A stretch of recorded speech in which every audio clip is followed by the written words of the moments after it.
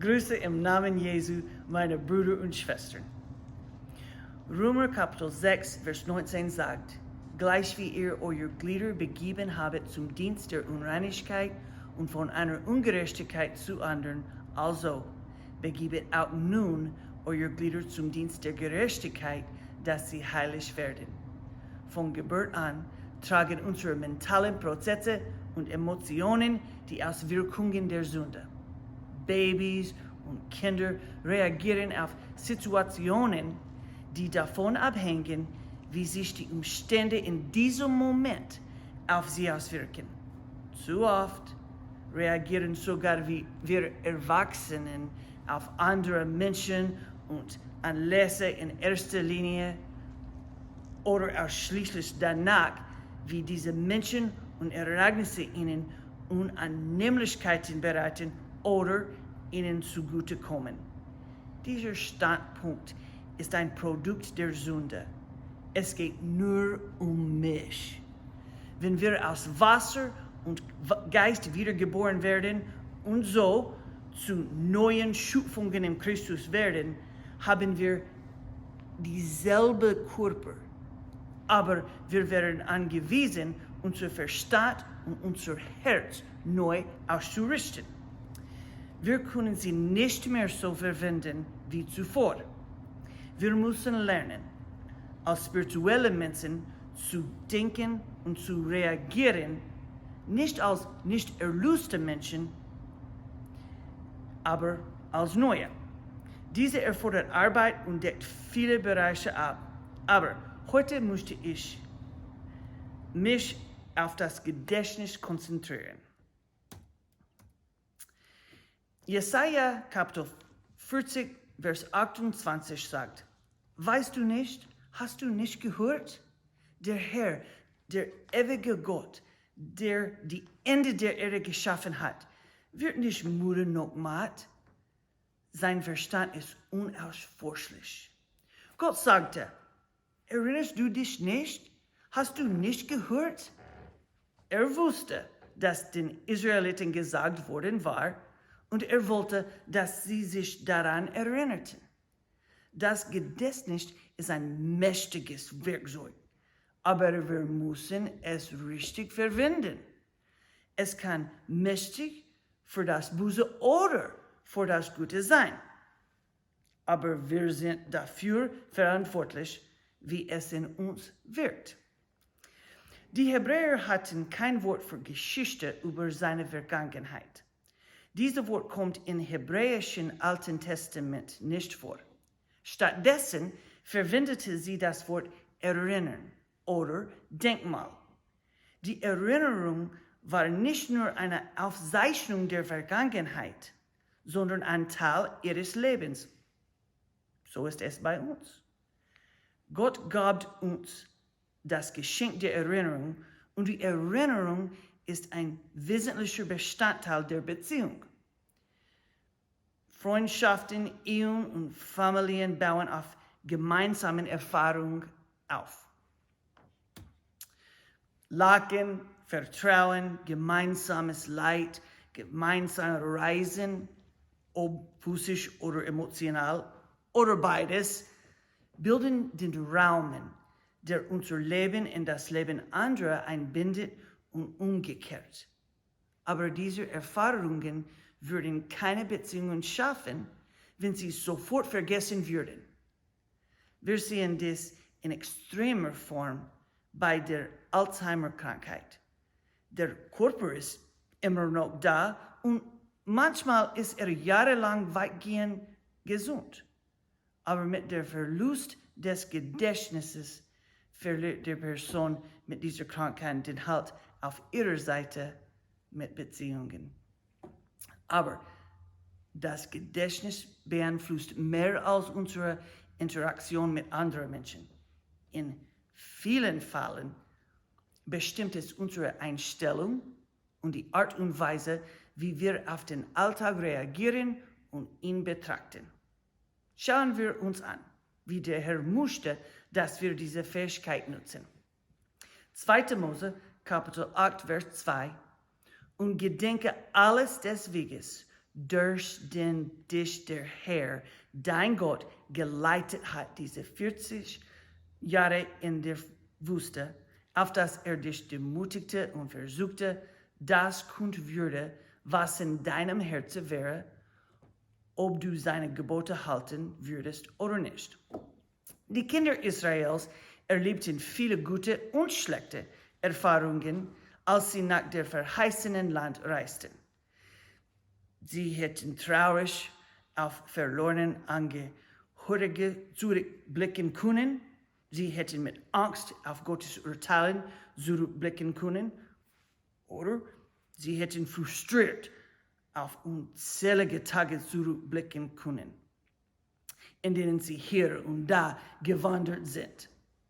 Aber Gott sagte, wenn sie zurückblicken, denken sie daran, dass ich jeden Tag unter ihnen und vor ihnen ging.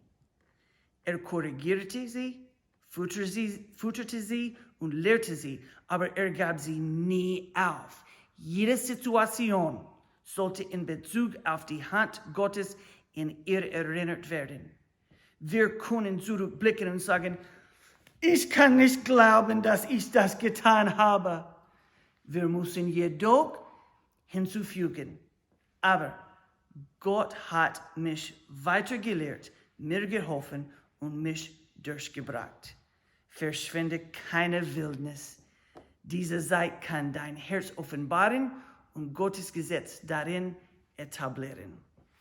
Jesaja Kapitel 26, Verse 13 und 14. Herr, unser Gott, es herrschen wohl andere Herren über uns denn du, aber wir gedenken doch allein dein und deines Namens. Die Toten werden nicht lebendig, die Verstorbenen stehen nicht auf, denn du hast sie heimgesucht und vertilgt und zunichte gemacht all ihr Gedächtnis. Wir sollten niemals eine Entscheidung treffen, die auf unser Leben vor Jesus basiert. Nicht nur unsere Erinnerungsfähigkeit, sondern auch unsere Vernunft und Entscheidungskraft und unsere Wünsche werden in der Vergangenheit von der Sünde kontrolliert. Aber als wir in Jesu Namen getauft und mit seinem Geist erfüllt würden, wurde unsere Vergangenheit unter das Blut gelegt und für immer entfernt. Die Vergangenheit ist tot und kann unsere Entscheidungen nicht bestimmen. Diese Erinnerung, sagte Jesaja, ist umgekommen. Wie ich früher reagiert, gekauft, gelesen, gesprochen oder andere Menschen behandelt habe, muss nicht so sein, wie ich diese Dinge jetzt mache. Wenn ich mich erinnere, was ich war, soll ich mich nur daran erinnern, dass es nicht wer ich bin oder wie ich in Jesus handle. Hebräer Kapitel 8, Vers 12. Denn ich werde ihren Ungerechtigkeiten gnädig sein und ihre Sünden und ihre Ungesetzlosigkeit werde ich nicht mehr gedenken. Ebenso geht der Herr mit uns um, indem neue Erinnerungen schafft. Nicht nur für uns, sondern auch über uns. Die Erinnerung ist an unseren früheren Meister und wie wir unter der Herrschaft des Feindes gelebt haben, ist kein Teil der Gedächtnisbank Gottes.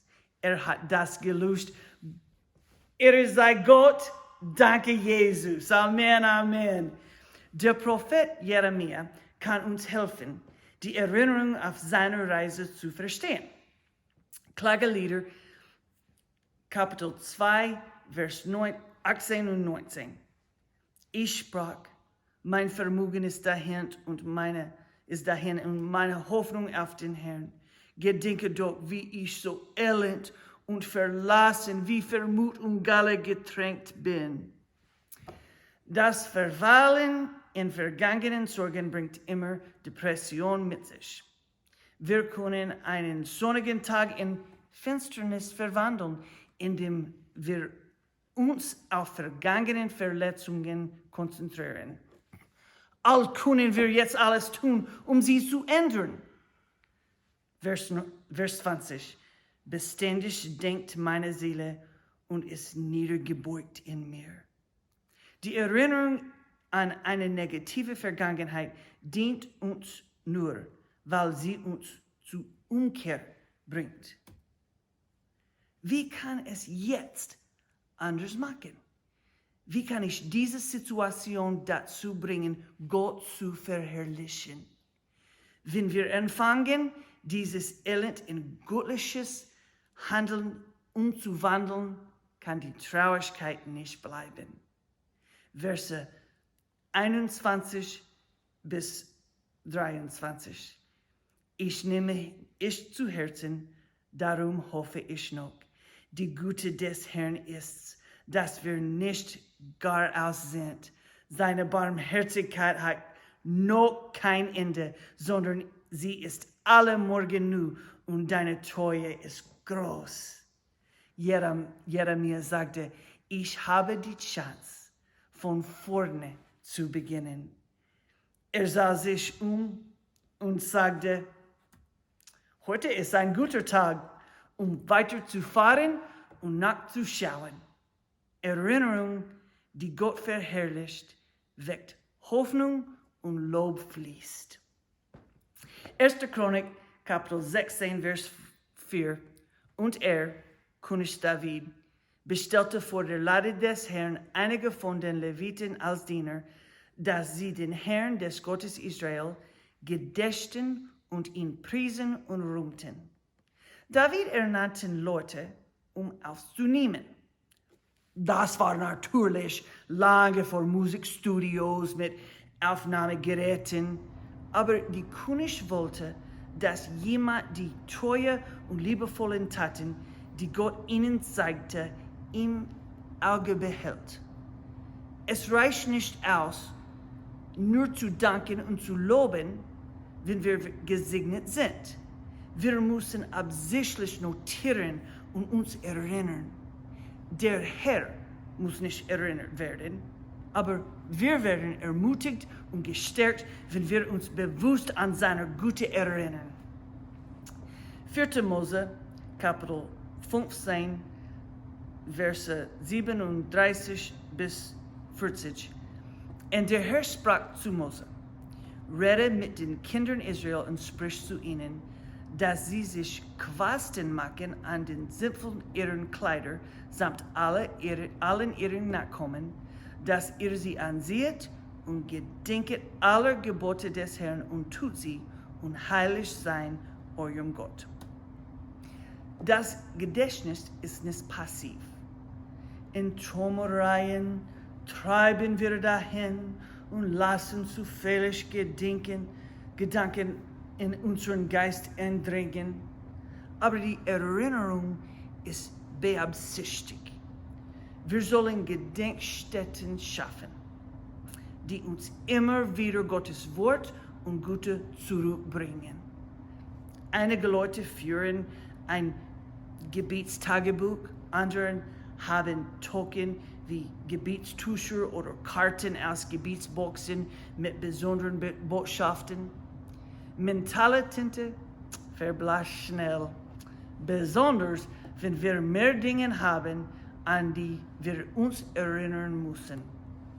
Beachten Sie, dass ich nicht gesagt habe, wenn wir älter werden. Aber wenn der Schuh passt, welche Methode auch immer für dich funktioniert, hilf deinem Gedächtnis, die große Liebe Jesu darin zu bewahren. Warum ist es wichtig, wenn wir uns erinnern? Das ist einfach. 1. Korinther, Kapitel 11, Vers 2. Ich lobe euch, liebe Brüder, dass ihr an mich denkt in allen Stücken und haltet die Weise, wie ich sie euch gegeben habe. Das Gedächtnis ist mit Gehorsam verbindet. Wenn wir vergessen, werden wir nicht gehorchen. Wie viele Mutter und Vater haben gesagt, habe ich dir nicht gesagt? dass du dein Zimmer putzen sollst? Habe ich dir nicht gesagt, dass du vor dem Abendessen keine Kekse essen sollst? Natürlich haben die Kinder nicht vergessen, sondern wollten etwas anderes tun. Aber wirklich, wenn wir uns nicht an Gottes Gebote erinnern konnten, konnten wir nicht gehorchen. Da die Erlösung vom Gehorsam abhängt, musste ich mein Gedächtnis bei der Arbeit behalten, um mich daran zu erinnern, was Gott von mir will. Und wenn ich dazu neige zu vergessen, werde ich mir mehr vom Wort Gottes merken, damit ich ihm mehr gefallen kann. 1. Timotheus, Kapitel 4, Vers 6. Wenn du den Brüdern solches vorhältst, so wirst du ein guter Diener Jesu Christus sein. Wie ich eingangs erwähnt habe, darf sich unser Leben nicht auf sich selbst konzentrieren. Meine Einstellung wird definitiv die um mich herum beeinflussen.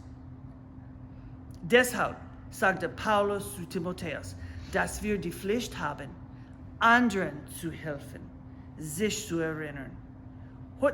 Heutzutage nennen wir dies Zeugnis. Und wir sollten die Zeugnisse nicht nur für Gottesdienste aufbewahren. Prall mit Jesus jede Chance, die du hast, weitergeben. Hebräer Kapitel 13, Vers 16. Wollt zu tun und mitzuteilen vergesset nicht, denn solche Opfer gefallen Gott wohl. Und wenn wir darüber reden, sollten wir es auch nachspielen. Unsere Gesichter und Stimmen können sowohl die Freude als auch unsere Worte teilen. Während wir den Menschen erzählen, wie Gott uns gesegnet hat, sollten wir gleichzeitig ein Segen sein. Lebe das Zeugnis. 2. Timotheus, Kapitel 2, Vers 15. Befleißige dich selbst Gott bewährt darzustellen als ein Arbeiter, der sich nicht zu schämen hat, der das Wort der Wahrheit reich hält. Du weißt, wir können uns nicht erinnern, was wir nicht wissen.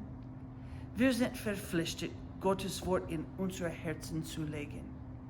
Das bedeutet natürlich nicht nur die schwarzen und weißen oder roten Buchstaben. Jesu Worte sind Geist und Leben. Johannes 6, Vers 63. Und es ist viel einfacher, die Worte zu behalten, wenn wir die Absicht und die Emotionen in und den Kontext um sie herum verstehen. Wenn sein Wort uns auf seine Weise motiviert und antreibt, ist es wirklich in unserem Herzen und Gedanken. Wir vergessen nicht zu atmen, denn das ist unser Leben. Wir können die Wahrheit nicht vergessen, wenn es die Kraft ist, die unsere Entscheidungen, Emotionen und Reaktionen lenkt. Die Juden fragten dem Apostel Petrus, warum hast du denn mit Heiden besucht und gegessen? Gott hat eine Tür der Rettung und Offenbarung geöffnet, obwohl nur Petrus schon Verständnis hatte. Apostelgeschichte, Kapitel 11, Vers 15 und 16. Petrus sagte, indem aber ich anfing zu reden, fiel der Heilige Geist auf sie, den Haushalt Cornelius, gleich wie auf uns am ersten Anfang. Da dachte ich an das Wort des Herrn, als er sagte, Johannes hat mit Wasser getauft, ihr aber sollt mit dem Heiligen Geist getauft werden. Wenn wir mit dem Herrn wandeln, wird uns der Heilige Geist an Dinge erinnern, wenn er Türen öffnet. Die Dinge werden im Lichte von Gottes Plan durch Erinnerung Sinn machen. Minister haben für die Zukunft des Lebens Bruders Sledge und meines gesprochen während unserer Reisen. Wenn Monate vergangen sind, erinnern wir uns manchmal nicht sofort an diese Worte.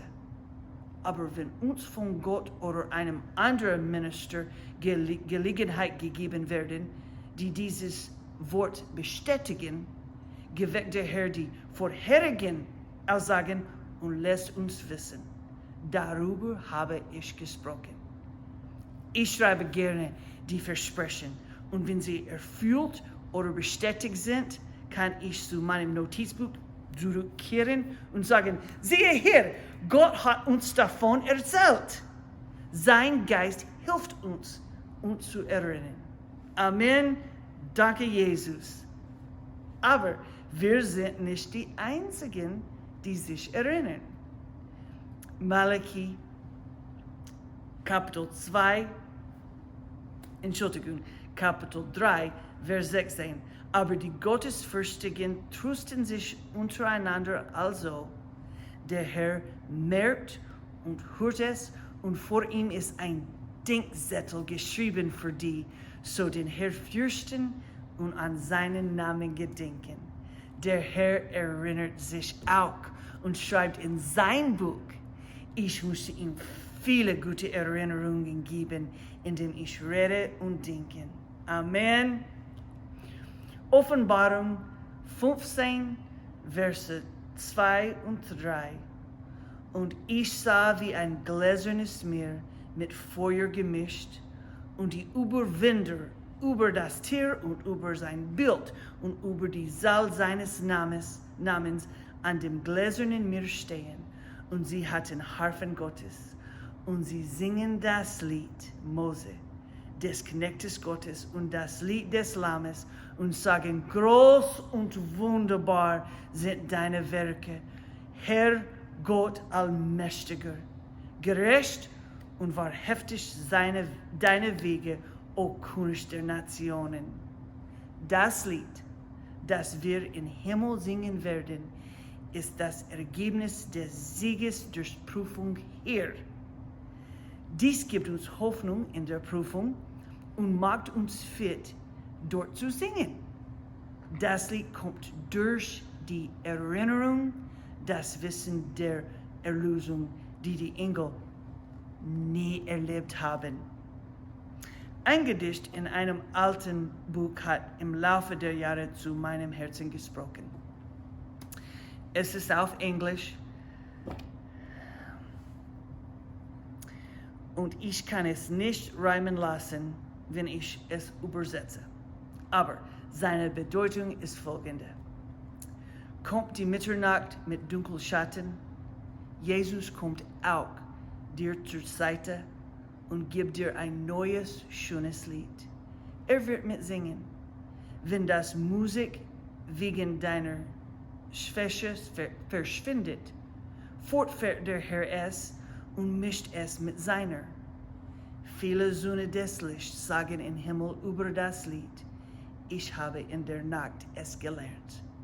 Und oft füllt eine Symphonie das Haus des himmlischen Vaters, die zuerst in einem Raum der Dunkelheit mit Tränen geprobt würde. Wir proben gerade. Lass nicht zu, dass die Dunkelheit deine Erinnerungen ruiniert. Hebe sie zum Licht seines Anlitzes und lass ihn sie in ein Lied des Sieges verwandeln. Dann singe dieses Lied als Zeugnis, damit ich es hören und auch ermutigt werden kann. Ehre sei Gott, danke Jesus, Amen und Amen. Gottes Segen.